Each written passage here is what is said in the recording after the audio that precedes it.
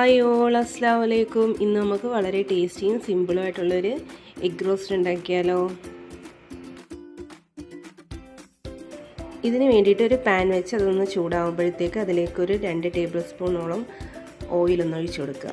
ഓയിലൊന്ന് ചൂടാകുമ്പോഴത്തേക്ക് ഒരു 1/2 ടേബിൾ സ്പൂണോളം കടുക്, 1/2 ടേബിൾ സ്പൂൺ മഞ്ഞൾപ്പൊടി, 1/2 ടേബിൾ സ്പൂൺ മുളക് പൊടി ഇതെല്ലാം ഇട്ട് നന്നായിട്ടൊന്ന് എണ്ണയിലൊന്ന് ചൂടാക്കിയെടുക്കുക.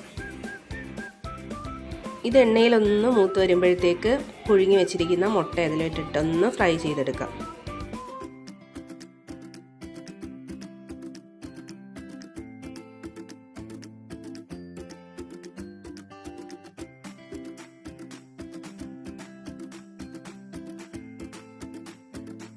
ആ ഓയിലിലോട്ട് തന്നെ ഒരു മീഡിയം സൈസ് സവാളയൊന്ന് കട്ട് ചെയ്തത് ഇട്ട് കൊടുക്കാം.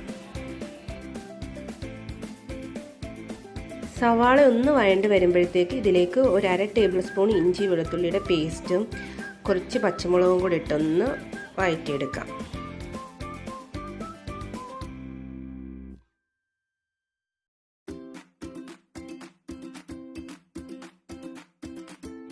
ഇനി ഇതിലേക്ക് 1/2 ടേബിൾ സ്പൂൺ മുളക് പൊടി, 1/2 ടേബിൾ സ്പൂൺ കുരുമുളക് പൊടി, പാകത്തിന് ഉപ്പ് ഇതെല്ലാം ചേർത്ത് നന്നായിട്ടൊന്ന് മിക്സ് ചെയ്യാം. ഇതിലേക്ക് ഒരു മീഡിയം സൈസ് തക്കാളി ഒന്ന് അരച്ചെടുത്തിട്ടുണ്ട്, അതിന് ഇതിലേക്കൊന്ന് ഒഴിച്ചു കൊടുക്കാം. എല്ലാം ഒന്ന് നന്നായിട്ടൊന്ന് ഇളക്കി യോജിപ്പിച്ച് കൊടുക്കാം. ഇതെല്ലാം നല്ല തിക്കായിട്ട് വന്നിട്ടുണ്ട്. ഇനി ഇതിലേക്ക് ഒരു 1/2 കപ്പ് വെള്ളം കൂടെ ഒന്ന് ചേർത്ത് കൊടുക്കാം.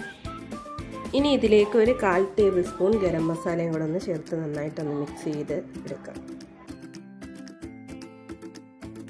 ഇവിടെ തിളച്ച് വന്നിട്ടുണ്ട്. ഇനി ഇതിലേക്ക് കുറച്ച് കറിവേപ്പിലയും കൂടെ ഒന്ന് ഇട്ട് കൊടുക്കാം.